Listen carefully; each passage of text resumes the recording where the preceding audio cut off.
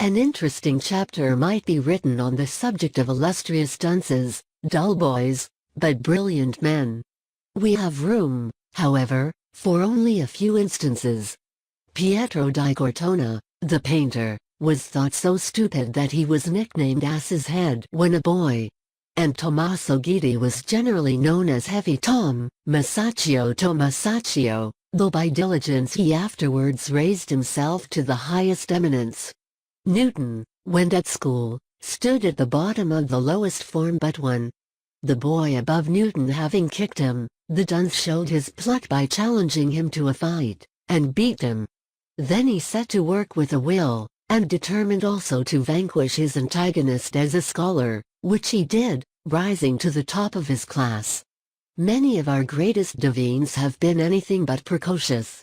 Isaac Barrow, when a boy at the Charterhouse School, was notorious chiefly for his strong temper, pugnacious habits, and proverbial idleness as a scholar. And he caused such grief to his parents that his father used to say that, if it pleased God to take from him any of his children, he hoped it might be Isaac, the least promising of them all. Adam Clarke, when a boy, was proclaimed by his father to be a grievous dunce, though he could roll large stones about. Dean Swift was plucked at Dublin University, and only obtained his recommendation to Oxford Speciale Gratia. The well-known Dr. Chalmers and Dr. Cook were boys together at the parish school of St. Andrews. And they were found so stupid and mischievous, that the master, irritated beyond measure, dismissed them both as incorrigible dunces. The brilliant Sheridan showed so little capacity as a boy, that he was presented to a tutor by his mother with the complimentary accompaniment that he was an incorrigible dunce. Walter Scott was all but a dunce when a boy, always much readier for a bicker, than apt at his lessons. At the Edinburgh University, Professor Dalzell pronounced upon him the sentence that dunce he was, and dunce he would remain. Chatterton was returned on his mother's hands as a fool, of whom nothing could be made. Burns was a dull boy, good only at athletic exercises. Goldsmith spoke of himself as a plant that flowered late. Alfieri left college no wiser than he entered it, and did not begin the studies by which he distinguished himself, until he had run half over Europe. Robert Clive was a dunce, if not a reprobate, when a youth, but always full of energy, even in badness. His family, glad to get rid of him, shipped him off to Madras. And he lived to lay the foundations of the British power in India.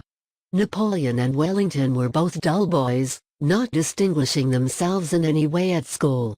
Of the former the Duchess de Brantz says, he had good health, but was in other respects like other boys. Ulysses Grant, the Commander-in-Chief of the United States, was called Useless Grant by his mother, he was so dull and unhandy when a boy. And Stonewall Jackson, Lee's greatest lieutenant, was, in his youth, chiefly noted for his slowness. While a pupil at West Point Military Academy he was, however, equally remarkable for his indefatigable application and perseverance. When a task was set him, he never left it until he had mastered it. Nor did he ever feign to possess knowledge which he had not entirely acquired. Again and again, wrote one who knew him, when called upon to answer questions in the recitation of the day, he would reply, "I have not yet looked at it. I have been engaged in mastering the recitation of yesterday or the day before."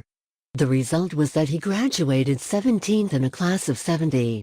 There was probably in the whole class not a boy to whom Jackson at the outset was not inferior in knowledge and attainments.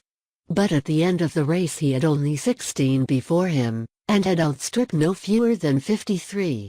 It used to be said of him by his contemporaries, that if the course had been for 10 years instead of 4, Jackson would have graduated at the head of his class. John Howard, the philanthropist, was another illustrious dunce, learning next to nothing during the 7 years that he was at school.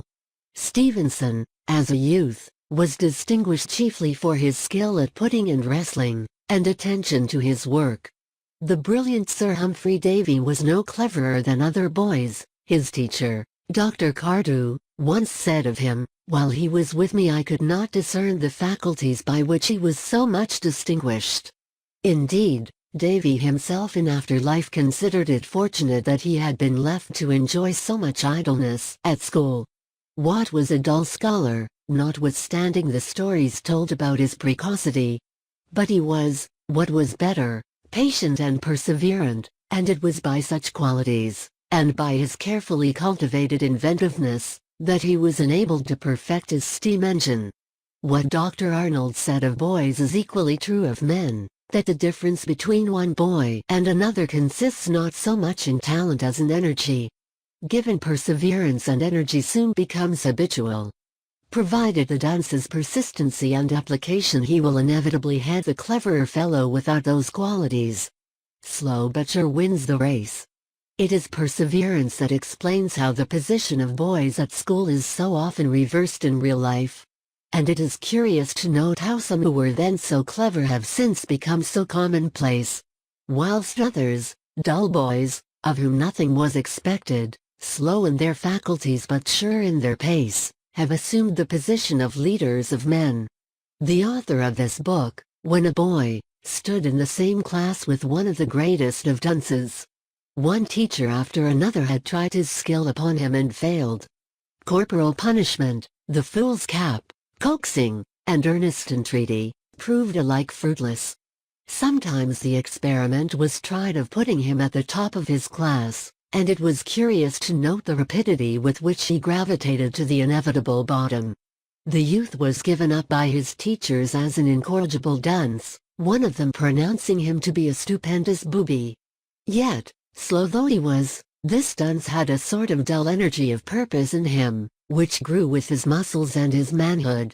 And, strange to say, when he at length came to take part in the practical business of life, he was found heading most of his school companions, and eventually left the greater number of them far behind. The last time the author heard of him, he was chief magistrate of his native town. The tortoise in the right road will beat a racer in the wrong. It matters not though a youth be slow, if he be but diligent. Quickness of parts may even prove a defect, inasmuch as the boy who learns readily will often forget as readily.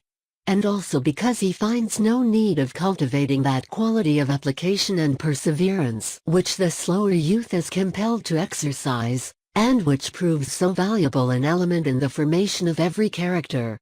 Davy said, "What I am I have made myself." And the same holds true universally. To conclude, the best culture is not obtained from teachers when at school or college, so much as by our own diligent self-education when we have become men. Hence parents need not be in too great haste to see their children's talents forced into bloom. Let them watch and wait patiently, letting good example and quiet training do their work, and leave the rest to Providence. Let them see to it that the youth is provided, by free exercise of his bodily powers, with a full stock of physical health. Set him fairly on the road of self-culture. Carefully train his habits of application and perseverance. And as he grows older, if the right stuff be in him, he will be enabled vigorously and effectively to cultivate himself.